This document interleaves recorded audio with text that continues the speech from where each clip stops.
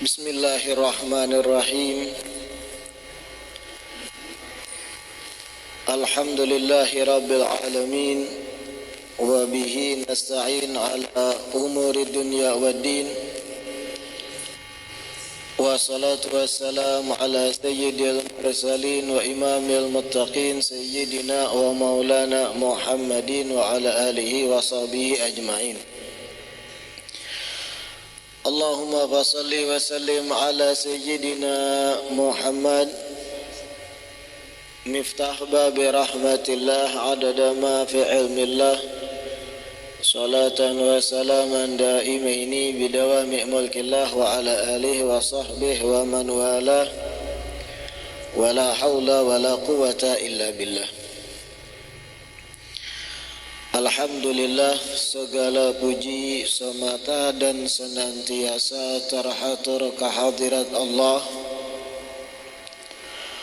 atas limpahan nikmat, anugerah dan pemberian darinya, terutama nikmat diberikan taufik, kemudahan, sehingga pada malam hari ini kita berkumpul di Masjid Agung As-Siratul Mustaqim untuk menunaikan salat maghrib berjamaah sekaligus melakukan kegiatan majelis ilmu agama. Insyaallah kegiatan kita ini akan kita laksanakan di tiap malam Ahad dan membaca serta mengkaji kitab Al-Jawahir Al-Lu'lu'iyah, yang mana dalam hal ini yang kita baca fokusnya kepada matan, yaitu hadits Arba'in Nawawi.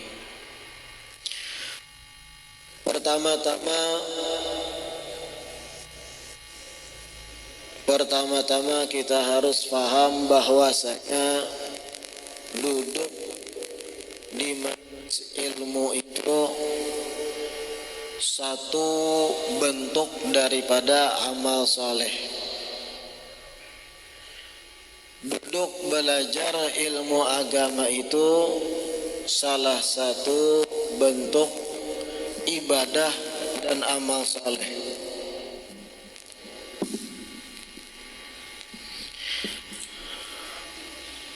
Duduk di majelis ilmu, mendengar kajian ilmu agama, nasihat-nasihat dari hadits-hadits Nabi ataupun ayat-ayat Al-Quran, ini salah satu bentuk amal yang kalau dibicarakan pahalanya, ganjarannya dahsyat, bahkan lebih dahsyat dibanding amalan-amalan sunnah. Banyak apabila kalau kita mau mempelajari hadits-hadits Nabi seputar fadilat atau keutamaan duduk belajar ilmu agama. Bahkan di kitab Lubabul Hadits, satu kitab yang dinisbatkan karangan daripada Imam Jalaluddin Abdurrahman As-Sayuti, dinukil ada satu riwayat Rasulullah berucap pada sahabat beliau yang bernama Abdullah bin Mas'ud. Ujar Nabi kepada sahabat Abdullah bin Mas'ud, "Ya bin Mas'ud, julusuka sa'atan fi majlis ilmi, la tamusu qalaman wa la taktubu harfan, khairun laka min itqi alfi raqabah." Wahai Abdullah bin Mas'ud, ujar Nabi, duduknya engkau di majelis ilmu, la tamussu qalaman wa la taktubu harfan, duduknya ikam sa'atan, sesaat atau 1 jam, fi majlisil ilmi, di majlis yang di situ dibacakan ilmu agama. La tamussu qalaman wa la taktubu harfan. Meskipun ketika engkau duduk itu belajar tanpa memakai alat tulis, tanpa menulis apapun, 1 huruf pun kada ikam tulis, modal telinga wara. Jadi duduk di majlis bermodal indera pendengaran aja. Ketika paham sedikit, modal utamanya baungut gitu. Kada menulis, kada mencatat. Khairun laka min itqi alfi raqabah. Itu jar Nabi lebih baik pahalanya bagimu dari memerdekakan 1000 orang budak. Duduk sejam, 1 jam di majelis ilmu,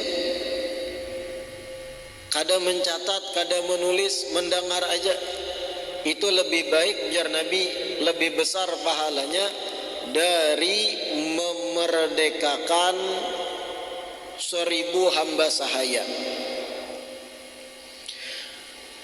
Kalau kita berbicara tentang memerdekakan hamba sahaya, memerdekakan budak, itu satu amal soleh nang kada mudah. Memerdekakan budak itu kada simpel. Ketika zaman Nabi dan jauh sebelum Nabi diutus tuh masih ada yang namanya jual beli manusia. Perbudakan tuh masih ada. Bahkan dari sebelum Rasulullah, di zaman para anbiya, nabi-nabi terdahulu pun ada istilah perbudakan, jual beli manusia. Baik itu Nabi Isa, Nabi Musa terjadi. Hanya saja ketika Islam muncul, mohon maaf, ketika Rasulullah diutus, disitulah syariat sedikit demi sedikit menghapuskan jual beli manusia nih. Praktek jual beli manusia terhapus sedikit demi sedikit. Ada beberapa aturan syariat yang apabila seorang hamba muslim melanggar, konsekuensinya harus memerdekakan budak. Ditunjang pulang Nabi menyampaikan fadilat-fadilat memerdekakan budak, sehingga zaman wahyu ini kada ada lagi perbudakan itu, tergerus sedikit demi sedikit semenjak Rasulullah Sallallahu Alaihi Wasallam berdakwah dan menyampaikan ajaran agama Islam. Bebulik ke riwayat tadi, duduk 1 jam di majelis ilmu tanpa menulis, tanpa mencatat, lebih besar pahalanya dibanding memerdekakan 1000 budak. Seikung budak aja memerdekakannya tuh kada mudah, kada simpel.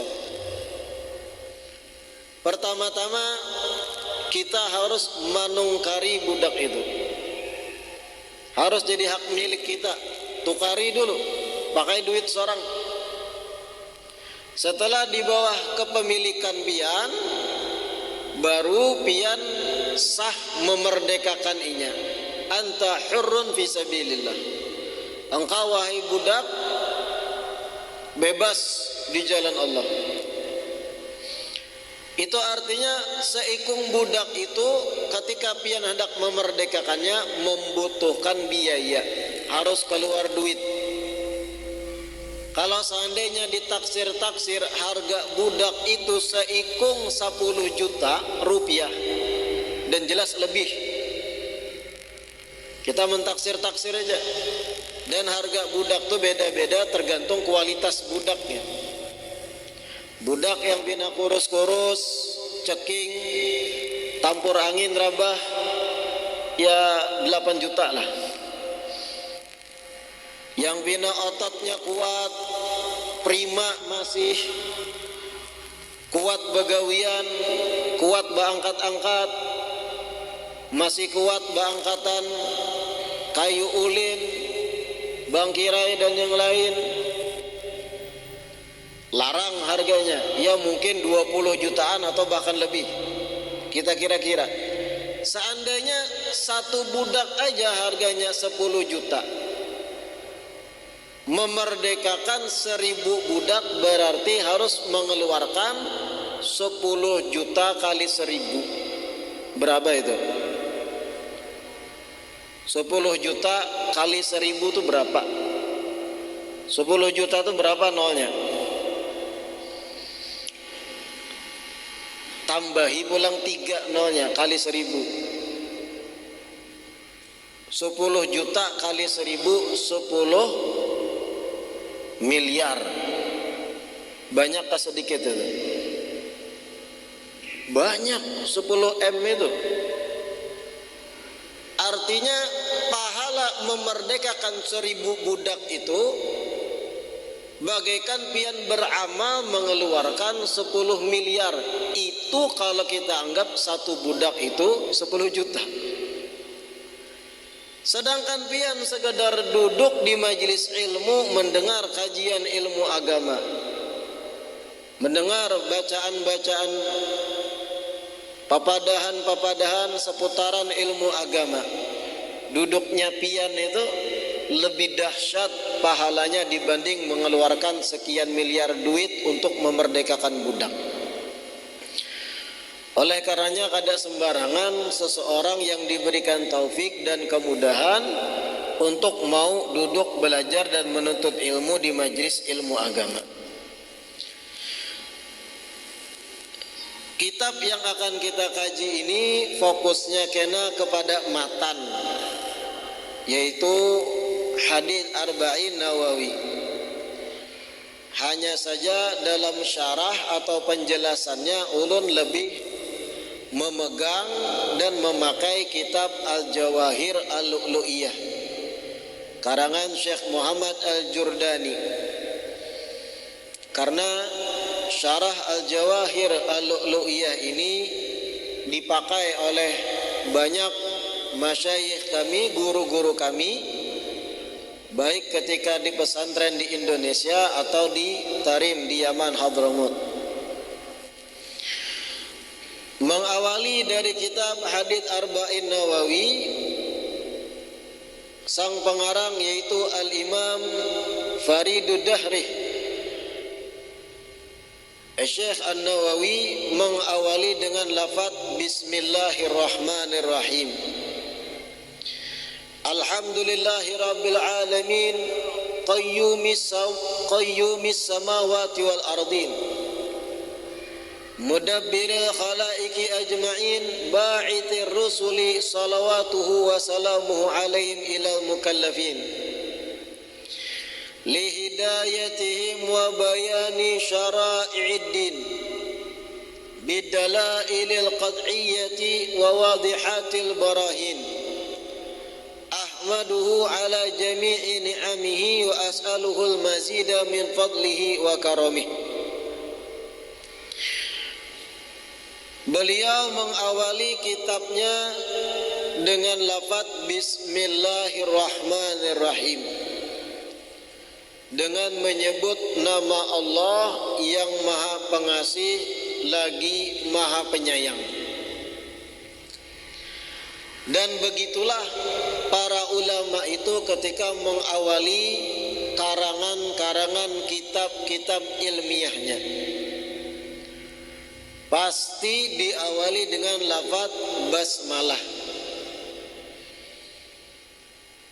Kenapa gerangan kitab-kitab agama diawali dengan basmalah? Yang pertama, iqtidaan bil Qur'anil Karim, maumpati kitab suci Al-Qur'an yang diawali dengan lafaz Bismillahirrahmanirrahim.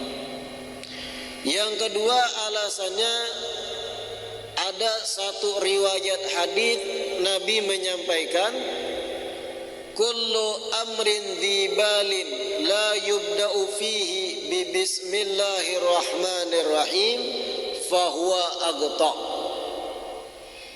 yang artinya setiap perkara dzibalin yang penting, berkaitan erat kepentingannya dengan agama. Setiap perkara yang penting dalam sudut pandang agama, la yubda'u fihi bi bismillahirrahmanirrahim, apabila kada dimulai dengan lafaz bismillahirrahmanirrahim, fahuwa agta, maka qalilul barakah, kebarokahan dari perkara tersebut sedikit. Sehingga ulama demi kitab yang mereka susun bermanfaat gesan umat, mereka awali kitab-kitabnya dengan bismillahirrahmanirrahim. Kemudian dalam Al-Jawahir Al-Lu'lu'iyah disebut, wa min khawasiha anna man talaha inda naumi 21 marratan amina tilkal laylah minasyaitan wa min mautil fuj'ah wa amina baituhu minas sariqah.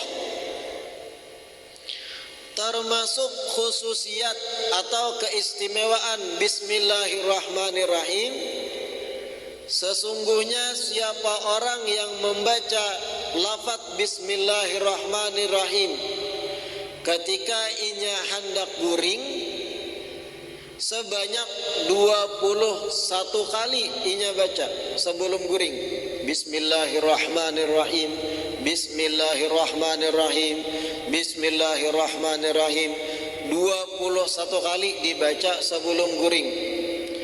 Amina tilkal lailah minasyaitan, maka orang tersebut akan aman, terjaga dari gangguan setan. Insya Allah mimpinya tuh kada macam-macam, kada ada campur tangan setan mengganggu mimpinya. Wa min mautil fuj'ah, yang membaca basmalah 21 kali sebelum guring tadi, inya akan aman, terjaga dari mautul fuj'ah, kematian yang mendadak. Kematian mendadak, malam-malam rami bepandiran lawan kawan sigar, tetawaan di gardu lawan kawan di pos kamling, rami guring, isuk hilang, garing kada, sakit kada, kecelakaan kada, isuk hilang langsung, kada behinak lagi, ditamui bininya di dalam kamar. Itu ngarannya mautul fuj'ah, mati mendadak. Orang yang mengamalkan membaca basmalah 21 kali sebelum guring, itu insya Allah terjaga dari kematian yang mendadak semacam itu. Namun pulang ulama berkata, kematian yang mendadak itu dikategorikan orang syahid di akhirat. Nah ini pulang fadilat mati mendadak. Orang yang mati mendadak, sigar-sigar, tiba-tiba malam guring meninggal, itu dikategorikan syahid fil akhirah. Inya di akhirat dikategorikan Allah sebagai syuhada, bagian dari orang-orang syahid. Bahkan di barzakh pun amina min adzabil qabri, insya Allah aman dari siksa kubur orang yang mati mendadak gitu. Hendaklah biar mati mendadak, ngalih urusannya kalau masih ada utang piutang dan sebagainya.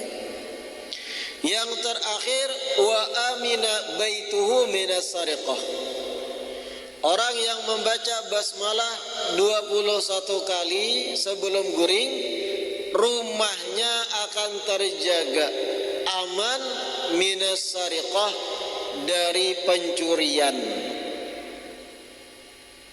aman dari maling.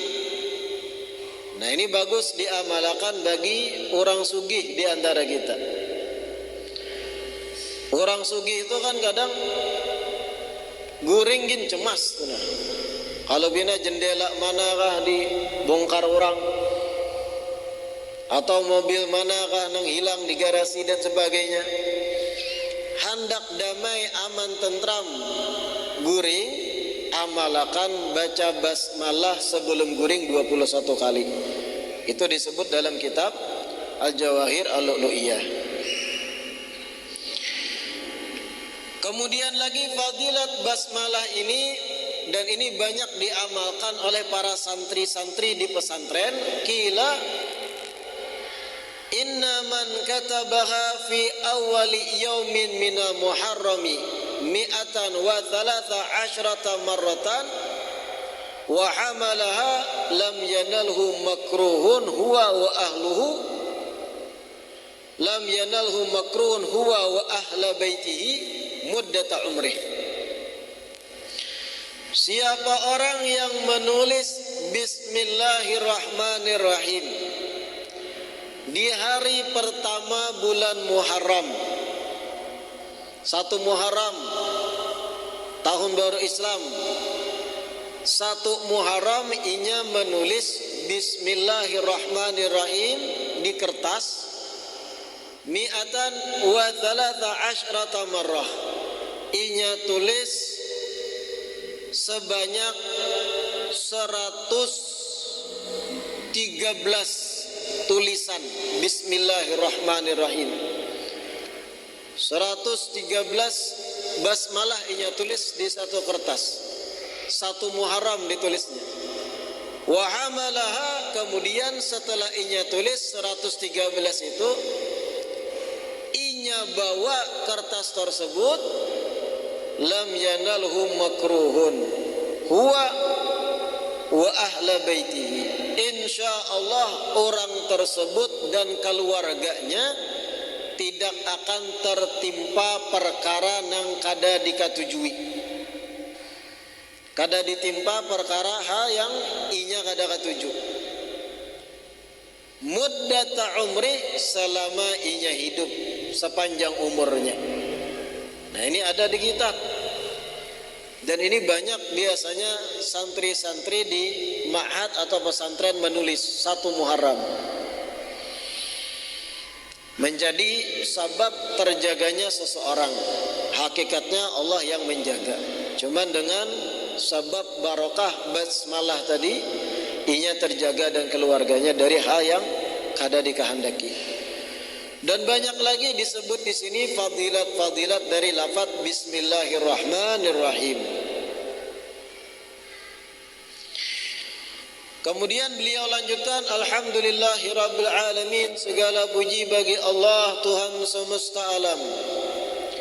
Qayyumis samawati wal ardin, di mana Allah lah yang maha mengatur langit-langit dan bumi-bumi, langit dan lapisan-lapisan bumi.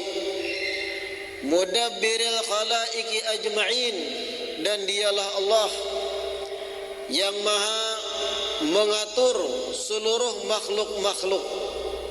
Ba'ithir rusul salawatuhu wa salamuhu alaihim ilal mukallafin, dan dialah Allah yang maha mengutus rasul-rasulnya, semoga salawat dan salam Allah tercurah pada mereka. Ilal mukallafin, yang dimana para rasul-rasul tersebut diutus kepada orang-orang yang mukallaf, orang-orang yang sampai pada haddut taklif, seorang muslim yang balik dan berakal. Li hidayatihim wa bayani syara'i'id din, yang dimana tujuan Allah mengutus rasul-rasulnya tersebut pada para mukallaf untuk memberi petunjuk pada mereka dan untuk menjelaskan aturan-aturan syariat agama. Bidalailil qad'iyyati wa wadihatil barahin, yang dimana Allah mengutus utusan-utusannya tersebut dengan bukti-bukti yang kuat tak terbantahkan dan bukti-bukti yang jelas. Ahmaduhu ala jami'i ni'amihi, dan aku memuji Allah atas seluruh nikmat-nikmatnya. Wa as'aluhul mazida min fadlihi wa karamih, dan aku memohon kepada Allah agar ditambah nikmatnya dari keutamaan dan dari kedermawanannya. Wa asyhadu an la ilaha illallahul wahidul qahar, dan aku bersaksi tiada Tuhan selain Allah yang Maha Esa dan Maha Kuat, Al-Karimul Ghaffar, yang Maha Pemurah dan Maha Pengampun. Wa asyhadu anna Muhammadan abduhu wa rasuluh, dan aku bersaksi sesungguhnya Nabi Muhammad adalah hambanya dan utusannya. Wa habibuhu wa khaliluhu, dan kekasih serta orang pilihannya. Afdalul makhlukin, paling afdalnya ciptaan. Al-mukarram bil Qur'anil azizil mu'jizatil mustamirrati ala ta'aqubis sinin, yang dimana Rasulullah atau Nabi Muhammad adalah utusan Allah yang diberi kemuliaan dengan Al-Quran yang agung, mukjizat yang terus menerus ada melewati tahun demi tahun. Wa bis sunanil mustanirati lil mustarsyidin, dan Allah utus Nabi Muhammad dengan sunnah-sunnah atau ajaran-ajaran yang merupakan cahaya petunjuk bagi yang mencari petunjuk. Al-makhsus bi jawami'il kalim wa samahatid din, yang diberi keistimewaan dengan jawami'ul kalim, berkata ringkas namun padat berisi, wa samahatid din, dan agama yang toleran. Salawatullah wa salamu alaihi wa ala sairin nabiyyin wa mursalin. Semoga salawat Allah dan salamnya tercurah pada Nabi Muhammad serta seluruh nabi-nabi dan rasul-rasul yang lain. Wa ali kullin wa sairis salihin, dan beserta para keluarga dan orang-orang soleh lainnya. Imam Nawawi mengawali kitab beliau dengan basmalah, alhamdulillah, kemudian salawat serta syahadat, dan kemudian ditutup dengan doa kembali, salawat dan salam pada para nabi dan utusan-utusan Allah. Amma ba'du, faqad rawaina an Ali bin Abi Talib wa Abdullah ibn Mas'ud wa Mu'ad bin Jabal wa Abi Darda wa Ibn Umar wa Ibn Abbas wa Anas ibn Malik wa Abi Hurairah wa Abi Sa'id al-Khudri radhiyallahu anhum min turuqin katsiratin bi riwayatin mutanawwi'at. Kemudian ujar Imam Nawawi, sungguh kami telah meriwayatkan hadis dari Sayyidina Ali bin Abi Talib dan Sayyidina Abdullah bin Mas'ud serta Mu'ad bin Jabal, begitu pula Abi Darda dan Abdullah bin Umar dan Abdullah bin Abbas serta Anas bin Malik dan Abu Hurairah dan Abu Sa'id al-Khudri, min turukin katsirat bi riwayatin mutanawwi'at, dari jalur-jalur sanad yang banyak dan riwayat-riwayat yang berbeda-beda namun bermakna sama. Anna Rasulullah sallallahu alaihi wasallam qala, bahwasanya Rasulullah bersabda, man hafidha ala ummati arba'ina hadithan min amri diniha ba'athahu Allah ta'ala yawmal qiyamati fi zumratil fuqaha wal ulama. Rasulullah bersabda, man hafidha, siapa orang yang menghafal atau menjaga kemudian menyampaikan kepada umatku arba'ina hadithan, 40 hadis min amri diniha, yang berkaitan untuk keagamaan mereka umatku. Ba'athahullah ta'ala yaumal qiyamah, niscaya Allah akan bangkitkan orang tersebut hari kiamat, fi zumratil fuqaha wal ulama, dalam barisan orang-orang faqih serta para ulama-ulama. Nah, ini Imam Nawawi memberi alasan kepada kita kenapa Sidin menyusun hadis Arba'in Nawawi ini. Karena hadis Arba'in Nawawi itu isinya adalah 40 riwayat hadis. Kenapa dibatasi 40? karena memang Rasulullah pernah bersabda, siapa orang yang menghafal, menjaga dan menyampaikan pada umatku, jar Nabi, 40 hadis yang berkaitan dengan keagamaan umatku, maka niscaya orang tersebut akan dibangkitkan hari kiamat di barisan para ulama fikih dan di barisan ulama-ulama lain. Menghafal 40 hadis kemudian disampaikan pada umat. Walau inya tuh lain orang alim, tapi hafal 40 hadis dengan terjemahnya tentunya.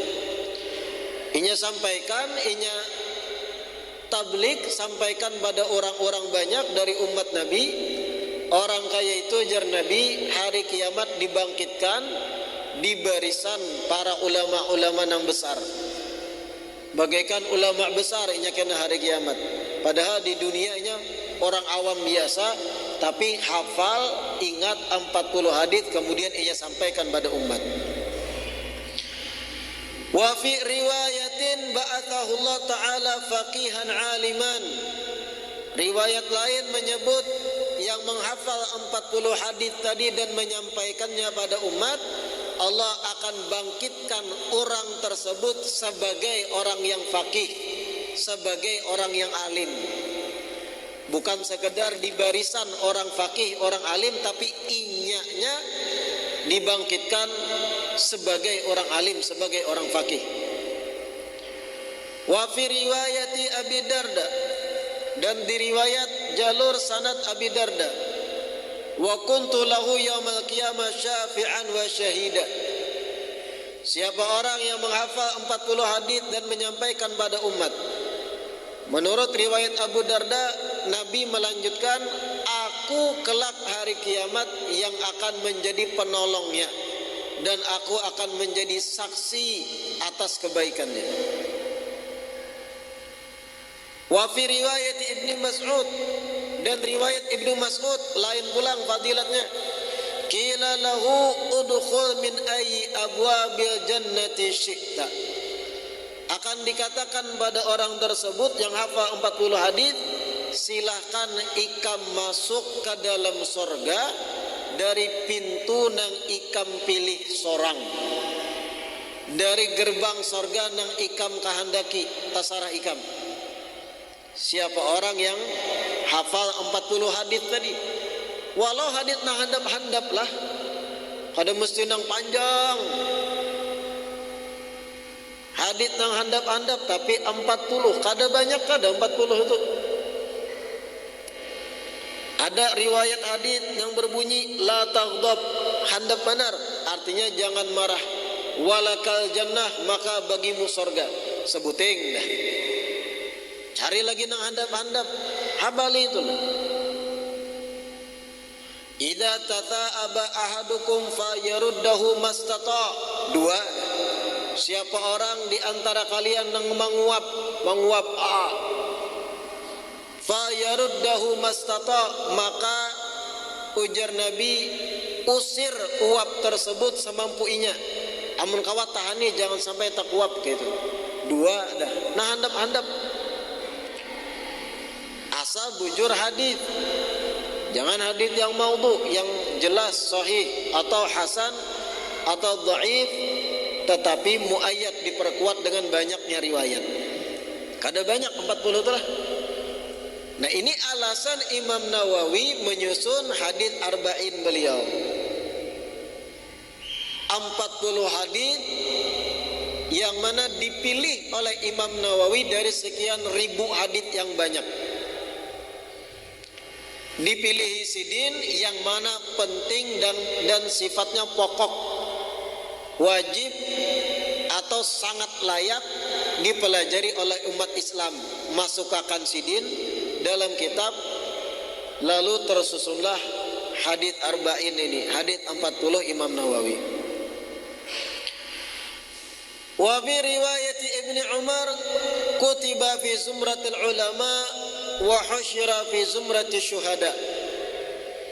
Riwayat dari Abdullah bin Umar fadilat menghafal 40 hadis itu kemudian disampaikan, orang tersebut akan dicatat di barisan para ulama dan husyira, akan dibangkitkan di padang mahsyar fi zumratis syuhada, dalam barisannya orang-orang yang mati syahid. Ada tambahan syuhada di riwayat Abdullah bin Umar. Wattafaqal huffaz ala annahu haditsun dha'if wa in kathurat turuquh. Namun jar Imam An-Nawawi, hadis fadilat menghafal 40 hadis ini, ulama hadis sepakat hadis ini dhaif, lemah. Walaupun banyak jumlah riwayat-riwayat yang mirip, hanya saja kita ahlu sunnah wal jamaah semenjak zaman dahulu, hadis-hadis yang dhaif itu boleh diamalkan. Kita ahlu sunnah wal jamaah, para tuan guru kita di Banjar serta ulama aswaja lainnya pada umumnya, baik Indonesia atau internasional, hadits dhaif itu boleh diamalkan. Hanya saja ada syaratnya, sebagaimana Ibn Hajar Al-Asqalani dalam Nukhbatul Fikr dan beberapa ulama hadits yang lain menyampaikan, boleh mengamalkan hadits dhaif itu dengan 3 syarat. Pertama, an la yashtaddu dha'fuhu. Hendaknya hadits dhaif tersebut kelemahannya tidak sangat terlalu lemah. Artinya lemah mungkin dari segi narator atau rawinya kurang bisa dipercaya, bukan terlalu lemah benar haditsnya, lemah biasa aja, satu. Wa an yandarija tahta aslin ma'mulin bihi. Syarat kedua jar ulama mengamalkan hadits dhaif, hadits tersebut berada di bawah naungan satu amalan yang sudah baku, yang sudah dikerjakan dari zaman dahulu.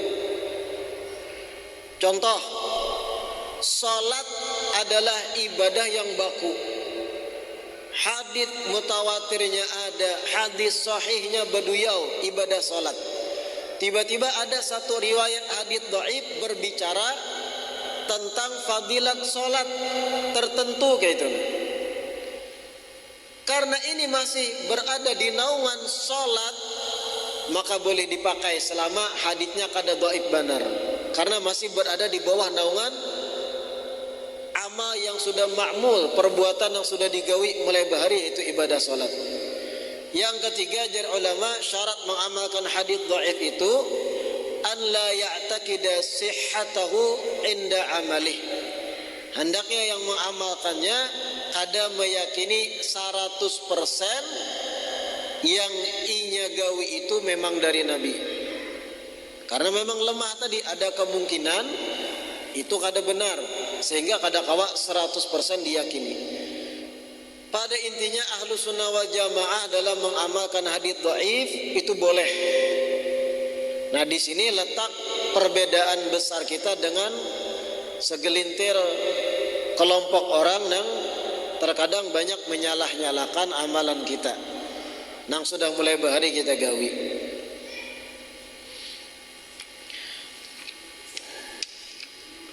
Waqad sannafa al-ulama radhiyallahu ta'ala anhum fi hadzal bab ma la yuhsa min al-musannafat. Dilanjutkan oleh Imam Nawawi, para ulama sebenarnya sudah mengarang kitab-kitab yang memuat 40 hadis ma la yuhsa, saking banyaknya kada terhitung lagi. Jadi maksud Imam Nawawi, sebelum sidin itu sudah ada ulama-ulama yang mengarang kitab khusus yang memuat 40 hadis. Fa awwalu man alimtuhu sannafa fihi Abdullah ibn Mubarak. Yang pertama kali mengarang kitab khusus isinya 40 hadis, ujar Imam Nawawi, yang aku ketahui pertama kali adalah Imam Abdullah ibn Mubarak. Thumma Muhammad bin Aslam At-Tusi Al-Alim Ar-Rabbani. Kemudian ada juga setelah Abdullah bin Ibn Mubarak, Imam Muhammad bin Aslam At-Tusi. Thumma Al-Hasan bin Sufyan An-Nasawi. Kemudian ada juga ulama bernama Hasan bin Sufyan An-Nasawi, wa Abu Bakar Al-Ajuri, wa Abu Bakar Muhammad bin Ibrahim Al-Asfahani, wa Daruqutni wal Hakim wa Abu Nuaim, wa Abu Abdurrahman As-Sulami, wa Abu Sa'id Al-Malini, wa Abu Uthman As-Sabuni, wa Abdullah ibn Muhammad Al-Ansari, wa Abu Bakar Al-Baihaqi, wa khalaiqu la yuhsawna minal mutakaddimin wa mutaakhirin. Dan banyak lagi jar Imam Nawawi ulama-ulama sebelum sidin yang mengarang atau menyusun risalah atau kitab khusus yang memuat tentang 40 hadis. Wa qad istakhartullah fi jam'i 40 haditsan iktidaan biha ulail a'immatil a'lam.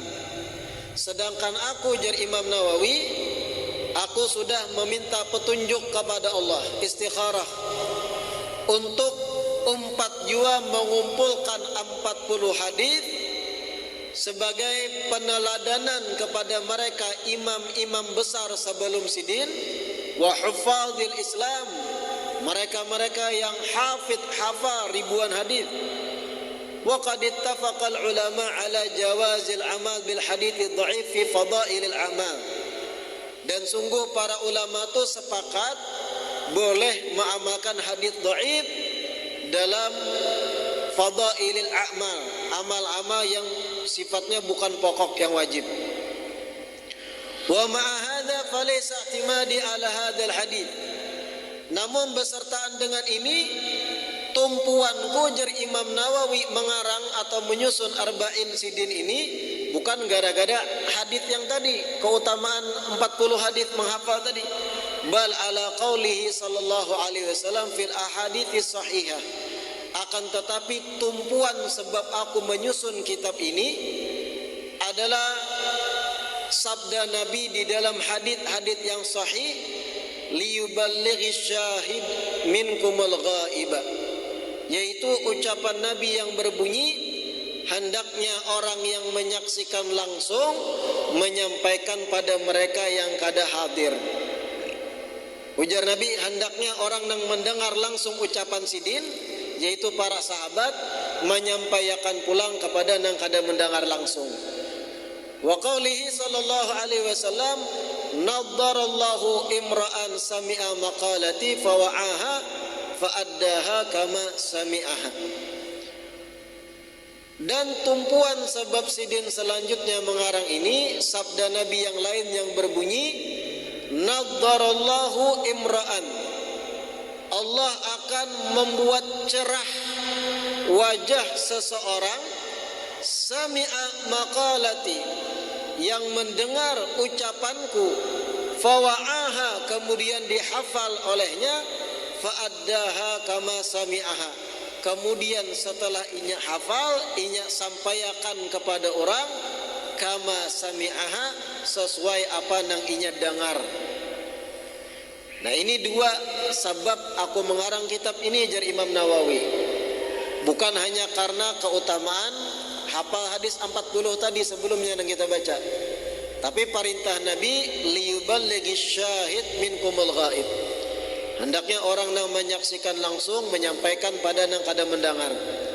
Dan riwayat lain, naddarallahu imra'an, Allah,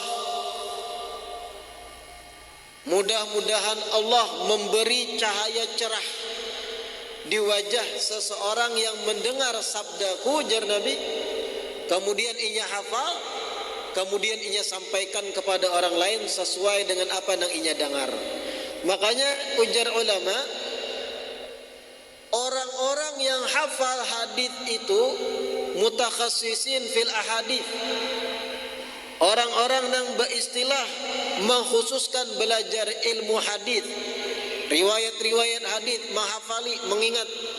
wajah-wajah mereka tuh nayyirah, bercahaya dibanding ulama tafsir, fikih dan yang lain. Karena Nabi sudah menyampaikan sebuah doa, nadharallahu ra'an. Mudah-mudahan Allah beri cerahkan cahaya, Allah cerahkan cahaya wajah seseorang yang mendengar ucapanku, dihafal dan disampaikannya, ajar Nabi.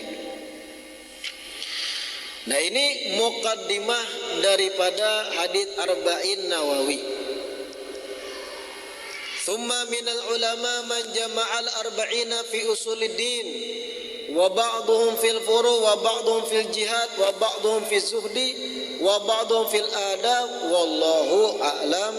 Insyaallah kita lanjutkan di perjumpaan selanjutnya. Mudah-mudahan apa yang kita dengar di kajian malam hari ini bermanfaat bagi kita seberataan. Mudah-mudahan diistiqamahkan oleh Allah dalam menuntut ilmu, belajar ilmu, dan mudah-mudahan diberikan kemudahan serta taufik mengamalkan apa yang baik dari yang kita dengar, dan mudah-mudahan pula kegiatan kita ini membawa kita seberataan pada kebaikan-kebaikan dunia, pada khususnya di akhirat. Amin ya rabbal alamin.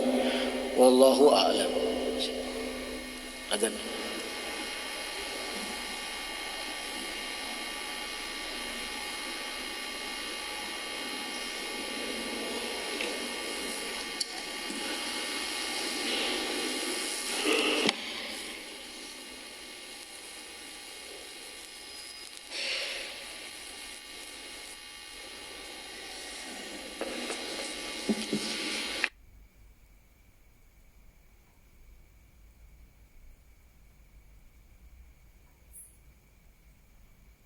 Sejak 1973, Aqua berkomitmen menghadirkan air minum yang berkualitas dari Indonesia. Datang dari sumber alami yang terlindungi, 100% murni, lahir di Indonesia, murni 100% Indonesia.